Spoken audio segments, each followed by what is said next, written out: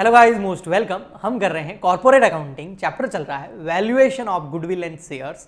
इस चैप्टर का एक पार्ट पहले अपलोड कर चुका हूं जिसमें मैंने आपको गुडविल के बारे में बताया था सब कुछ। आज के इस लेक्चर के अंदर हम ये सीखेंगे कि गुडविल का वैल्यूएशन करने के मेथड्स कौन कौन से हैं और उन मेथड्स में यूज होने वाली टर्म्स कौन कौन सी हैं। यानी कि आज का लेक्चर बहुत इंपॉर्टेंट है। अगर आज का लेक्चर अगर अच्छे से देखते हैं तो आप न्यूमेरिकल क्वेश्चन सॉल्व कर पाएंगे, अदरवाइज नहीं हो पाएंगे। ओके, तो चलिए स्टार्ट करते हैं। तो चैप्टर का नाम है valuation of goodwill and share, या फिर वैल्यूएशन ऑफ बिजनेस भी बोल सकते हैं। हिंदी में बोलते हैं इसको ख्याति व अंशों व व्यापार का मूल्यांकन। मेथड्स कौन से हैं गुडविल को वैल्यूड करने के, यानी कि गुडविल को कैलकुलेट करने के, गुडविल का अमाउंट कितना होगा किसी फर्म। देखो, गुडविल जो होती है इंटेंजिबल एसेट होती है, तो इंटेंजिबल एसेट को बैलेंस शीट में शो तो करना पड़ेगा ना, तो उसको अमाउंट लिखना पड़ेगा ना। तो वो जो अमाउंट है वो कितना होगा। परचेज गुडविल होती है तो कोई प्रॉब्लम नहीं है, लेकिन सेल्फ जनरेटेड गुडविल के केस में हमें गुडविल का वैल्यूएशन तो करना पड़ेगा। अब फर्स्ट लेक्चर में हमने बहुत अच्छे से ये सीखा था कि गुडविल का जो डायरेक्ट कनेक्शन होता है वो अर्निंग से होता है। यानी कि अगर किसी बिजनेस की गुडविल बहुत अच्छी है, इसका मतलब उसका प्रॉफिट भी अच्छा होगा। यानी कि प्रॉफिट तभी ज्यादा बढ़ता है जो कॉम्पिटिटर है उनके मुकाबले, जब किसी बिजनेस की गुडविल उनसे अच्छी होती है। तो गुडविल बढ़ती है तो प्रॉफिट भी बढ़ता है। तो गुडविल का डायरेक्ट कनेक्शन प्रॉफिट से हो गया, तो प्रॉफिट के बेसिस पर ही हम गुडविल का वैल्यूएशन करेंगे, गुडविल का कैलकुलेशन करेंगे। ओके, तो यहां पर जितने भी मेथड मैं बता रहा हूं जिसमें हम गुडविल का वैल्यूएशन यानी कि गुडविल को न्यूमेरिकल फॉर्म में बताएंगे, तो उसमें प्रॉफिट्स ही यूज आएंगे, उसका बेस प्रॉफिट ही रहेगा। अब ये प्रॉफिट्स बहुत सारे होते हैं। इसमें सबसे फर्स्ट जो मेथड है वो है average profit method. Average profit method जो है, इसमें अगर आपको गुडविल निकालनी है तो बहुत सिंपल फॉर्मूला है, वो है FMP multiply by number of purchase year. Number of purchase year जो है ये आपको क्वेश्चन में गिवन होंगे, यानी कि क्वेश्चन में आपको दे रखा होगा कि नंबर ऑफ परचेज ईयर कितना है, गिवन इन क्वेश्चन, तो कोई प्रॉब्लम नहीं है। बट ये तो गिवन होगा, बट ये एफएमपी क्या है। एफएमपी का जो फुल फॉर्म है वो मैं आपको यहां बता देता हूं। एफएमपी का फुल फॉर्म है फ्यूचर मेंटेनेबल प्रॉफिट। एफएमपी यानी कि ऐसा प्रॉफिट जो फ्यूचर में क्या होगा, मेंटेन होगा, यानी कि ऐसा प्रॉफिट जो हम फ्यूचर में भी कमाएंगे। एक्चुअल में इनका कहने का मतलब ये उस प्रॉफिट से है जो ऑर्डिनरी एक्टिविटीज से होता है। बिजनेस को ऑपरेट करते हैं तो जो सामान्य गतिविधियां होती है, ऑर्डिनरी एक्टिविटीज होती है, उससे जो हम प्रॉफिट कमा रहे हैं अभी, और ऐसा प्रॉफिट हम फ्यूचर में भी कमाएंगे। हो सकता है उसमें कुछ ग्रोथ हो, एक ट्रेंड देखने को मिल सकता है कि प्रॉफिट हर साल बढ़ रहा है या सेल्स हर साल बढ़ रही है, या फिर प्रॉफिट हर साल कम हो रहा है, या कभी कम हो रहा है कभी बढ़ रहा है, ऐसा हो सकता है। लेकिन वो ऑर्डिनरी एक्टिविटीज से होने वाला प्रॉफिट होना चाहिए, उसमें कोई भी एबनॉर्मल इफेक्ट नहीं होना चाहिए। फॉर एग्जांपल के लिए मैं आपको समझाता हूं। मान लेते हैं फॉर एग्जांपल के लिए जो हमारा फर्स्ट ईयर है 2020 मान लो या 23 मान लो, जो भी मान लो, उसमें हमारा जो प्रॉफिट है वो 1 लाख रुपीज का है। वो 1 लाख रुपीज का प्रॉफिट इसलिए है क्योंकि उसके अंदर 60,000 रुपीज का प्रॉफिट तो ऑर्डिनरी एक्टिविटी से है, यानी कि प्रोडक्ट जो हम सामान्य रूप से सेल करते हैं, जिस चीज का बिजनेस करते हैं, उसको बेचने से 60,000 का प्रॉफिट हुआ। लेकिन प्रॉफिट में 1 लाख का कह रहा हूं, तो 40,000 का दूसरा प्रॉफिट कौन सा है, वो हमने कोई फिक्स एसेट्स बेच दी थी जिसकी वजह से हमने प्रॉफिट हो गया। यानी कि कोई हमने, हो सकता है जमीन वगैरह या कोई बिल्डिंग वगैरह या कोई प्लांट या मशीनरी हमारे पास थी और उसको बेचने से हमें 40,000 का प्रॉफिट हो गया।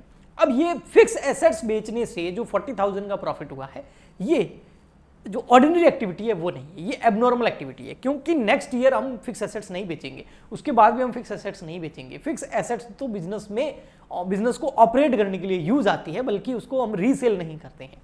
तो ऐसे के ऐसे अगर कभी किसी ईयर के अंदर कोई फिक्स एसेट्स बेच दी जिसकी वजह से कोई प्रॉफिट हो गया, कभी लॉस बाय फायर हो गया जिसकी वजह से प्रॉफिट कम हो गया या लॉस में चली गई कंपनी, तो ये सारे एबनॉर्मल इफेक्ट है। इन एबनॉर्मल इफेक्ट को हमें हटाना पड़ेगा और नॉर्मल जो प्रॉफिट है, ऑपरेटिंग जो प्रॉफिट है, उसको लेना होगा। जो बिजनेस की नॉर्मल एक्टिविटी, ऑर्डिनरी प्रॉफिट जो होता है, उसको लेना पड़ता है। ओके, और वही फ्यूचर में मेंटेन रहेगा। हर साल आग नहीं लगेगी, हर साल कोई लॉटरी नहीं लगेगी, हर साल कोई फिक्स एसेट्स नहीं बेचेंगे। तो ऐसे इफेक्ट अगर किसी प्रॉफिट में है तो उसको हमको हटाना पड़ेगा, जिससे हमारे पास फ्यूचर मेंटेनेबल प्रॉफिट आ जाएगा। तो फ्यूचर मेंटेनेबल प्रॉफिट कैसे कैलकुलेट करते हैं। हो सकता है क्वेश्चन में आपको केवल 1 ईयर का ही डेटा दे रखा हो, या एक से ज्यादा ईयर का भी डेटा दे रखा है, या मैंने 3 कॉलम लिए, मैं सोच रहा हूं 3 साल का अगर क्वेश्चन में डेटा दे रखा हो तो एफएमपी तीनों साल का हम कैसे कैलकुलेट करेंगे और फिर उसका एवरेज कैसे करेंगे। तो देखो, सबसे पहले आपको प्रॉफिट आफ्टर टैक्स ले लेना है, जिसको हम पैट बोलते हैं, PAT। ये क्वेश्चन में दे रखा होगा प्रॉफिट आफ्टर टैक्स। अब प्रॉफिट आफ्टर टैक्स आपने लिख दिया। अब सबसे पहले तो इसमें ऐड कर दीजिए टैक्स, क्योंकि ये पास्ट प्रॉफिट से और हमें फ्यूचर मेंटेनेबल प्रॉफिट निकालना है। तो अभी जो प्रेजेंट में टैक्स लगा है या पास्ट में जो टैक्स लगा है उसको हम वापस ऐड कर देंगे और बाद में एवरेज निकालकर फ्यूचर का टैक्स लेस कर देंगे। ओके, ठीक। तो हम जैसे टैक्स ऐड करेंगे तो हमारे पास आ जाएगा पीबीटी। पीबीटी मतलब क्या हो गया, प्रॉफिट बिफोर टैक्स आ जाएगा। ओके, अब हमको क्या करना है, जो भी एबनॉर्मल एक्टिविटीज हुई है उसको हमको एडजस्ट करना है, उस एबनॉर्मल एक्टिविटी का इफेक्ट जो है खत्म करना है। कहने का मतलब ये है, अगर आपने इन प्रॉफिट्स के अंदर कोई ऐसा खर्चा दिखा दिया है जो नॉर्मल नहीं है, एबनॉर्मल है, यानी कि खर्चा दिखा दिया है मतलब आपने पहले लेस कर दिया है, तो हम उसको ऐड कर देंगे ताकि उसका इफेक्ट खत्म हो जाए। जैसे अगर आपने लॉस बाय फायर नाम से खर्चा दिखाया और जिसकी वजह से प्रॉफिट कम हो गया है, तो अब उसको हम ऐड करके उसका इफेक्ट खत्म कर देंगे। ऐसे कैसे कोई इनकम ऐड है जो नहीं होनी चाहिए, एबनॉर्मल है वो, तो उसको हम लेस कर देंगे। ओके, तो इस एबनॉर्मल एक्टिविटीज का इफेक्ट खत्म करना होता है। कैसे करना होता है, कुछ एग्जांपल्स मैंने यहाँ पर दिए, जैसे गुडविल का अमोर्टाइजेशन किया हुआ है, यानी कि गुडविल को आपने राइट ऑफ कर रखा है पीएनएल के अंदर, तो उससे प्रॉफिट कम हुआ होगा, वापस जोड़ दीजिए, तो ये गुडविल का अमोर्टाइजेशन जो है वो हम वापस क्या कर देंगे, ऐड कर देंगे। ठीक है, फिर ऐसे कैसे आप देखिए यहाँ पर नॉन ऑपरेटिंग इनकम हुई है कोई, नॉन ऑपरेटिंग इनकम कौन सी होती है, जो ऑपरेटिंग एक्टिविटी से नहीं होती है, तो वो नॉन ऑपरेटिंग इनकम की वजह से प्रॉफिट बढ़ गया होगा, अब हम उसको क्या कर देंगे, कम कर देंगे। तो यहाँ पर देखिए नॉन ऑपरेटिंग इनकम हमने क्या कर दिया, लेस कर दिया, देख रहे हैं। ओके, ऐसे कैसे फिर आता है आपका profit on sale of fix assets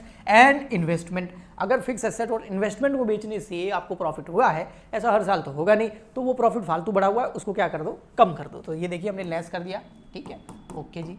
फिर आता है हमारा loss on sale of fix assets and investment. हो सकता है इन्वेस्टमेंट और फिक्स एसेट बेचने से लॉस हुआ हो, तो ये लॉस भी कंटिन्यू नहीं होगा, ये नॉर्मल नहीं है, ये एबनॉर्मल है, तो लॉस की वजह से हमारा प्रॉफिट कम हुआ होगा, अब हम वापस ऐड कर देंगे ताकि उस लॉस का इफेक्ट क्या हो जाए, खत्म हो जाएंगे। तो ये देखो ये ऐड कर दिया। ऐसे ही कोई भी एबनॉर्मल आइटम है, अगर वो पहले खर्चे के रूप में, लॉस के रूप में दिखा रखा है तो प्रॉफिट कम हुआ होगा, तो उसको ऐड कर दो, और अगर वो इनकम के रूप में दिखा रखा है तो पहले ऐड हुआ होगा, तो अब उसको लेस करके एबनॉर्मल आइटम या एबनॉर्मल इफेक्ट जो है वो खत्म करना है। उसके बाद में हमारे पास में आ जाएगा एडजस्टेड प्रॉफिट। ये एडजस्टेड प्रॉफिट जो है, इसका हम एवरेज प्रॉफिट निकाल देंगे, बहुत सिंपल है, तीनों साल का प्रॉफिट जो है आप ले लीजिए, उसमें 3 का डिवाइड कर दीजिए, तो आपके पास में क्या आ जाएगा, एवरेज एडजस्टेड प्रॉफिट। अब इसके अंदर आप क्या कीजिए, ऐड फ्यूचर इनकम। आपको फ्यूचर में लग रहा है कि कुछ इनकम हमारी बढ़ जाएगी और वो कंटिन्यू रहेगी हर साल फ्यूचर के अंदर, तो उसको ऐड कर दीजिए। और इसके बाद जो फ्यूचर एक्सपेंसेस हैं वो आप लेस कर दीजिए। आपको लगता है कि फ्यूचर में कुछ एक्सपेंसेस और होंगे और फिर वो आगे कंटिन्यू चलेंगे और वो नॉर्मल है, ऑर्डिनरी है, तो उसको आप लेस कर दीजिए। उसके बाद में जो आपके पास प्रॉफिट आएगा उसके अंदर से आप टैक्स लेस कर दीजिए जो फ्यूचर में लगने वाला है, तो आपके पास में आ जाएगा फ्यूचर मेंटेनेबल प्रॉफिट, या आप बोल सकते हैं future maintainable profit after tax. तो ये क्या आ गया, एफएमपी। मैं एक्चुअल में आपको करवा तो ये रहा था, मैं करवा रहा था एवरेज प्रॉफिट मेथड, जिससे हम गुडविल वैल्यूज करते हैं, गुडविल का वैल्यूएशन करते हैं, वैल्यूड करते हैं।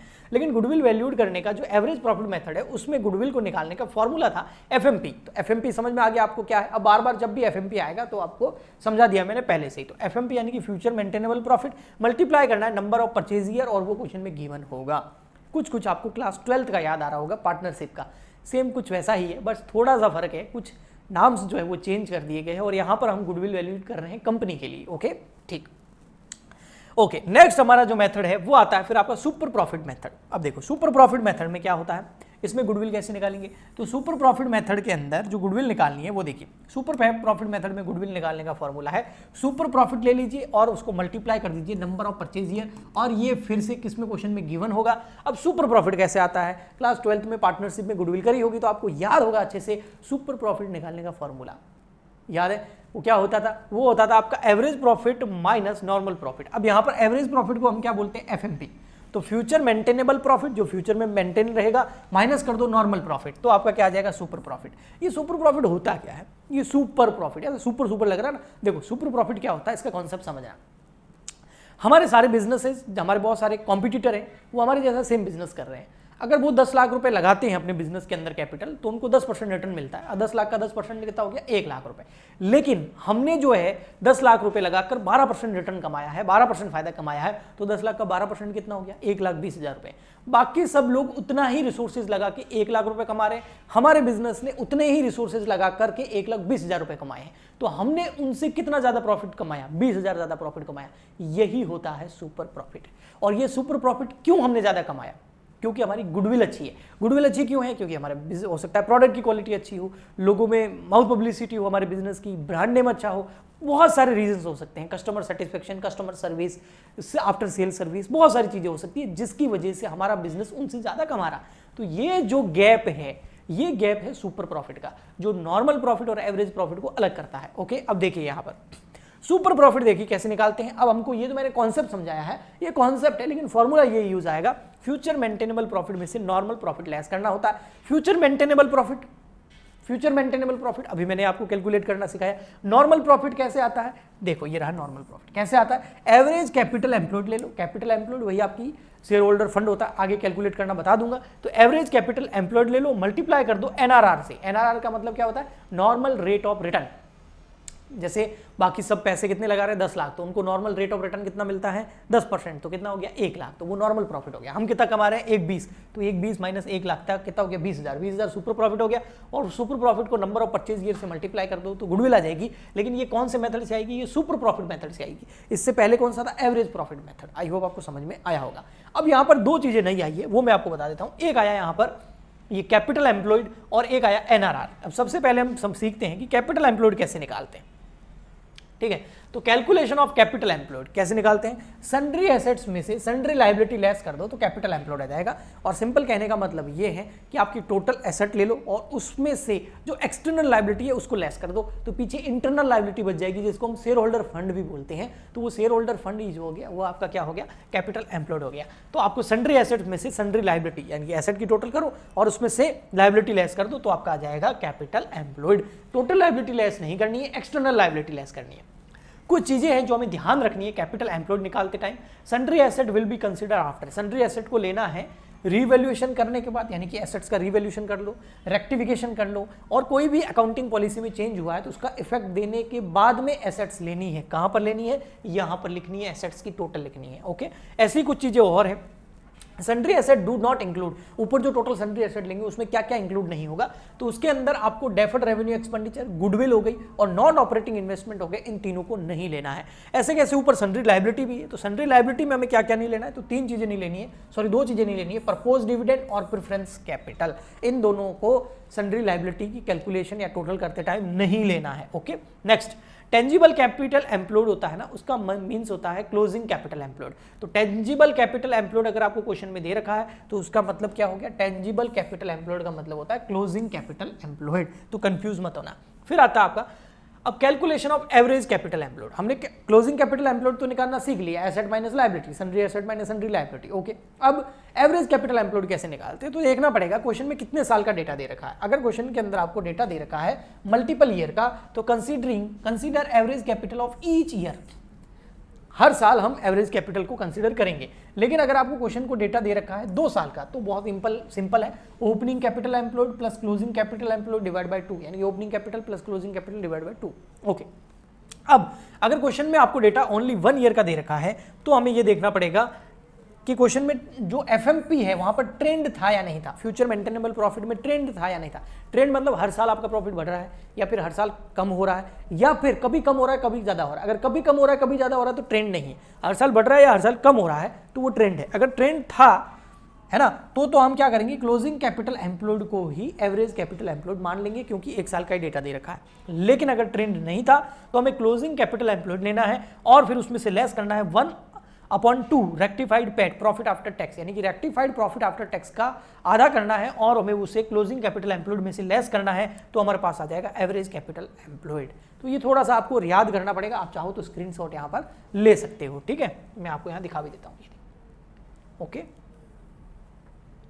तो ये क्या बताया मैंने आपको, ये पूरा बताया मैंने आपको कैपिटल एम्प्लॉयड कैसे कैलकुलेट करते हैं।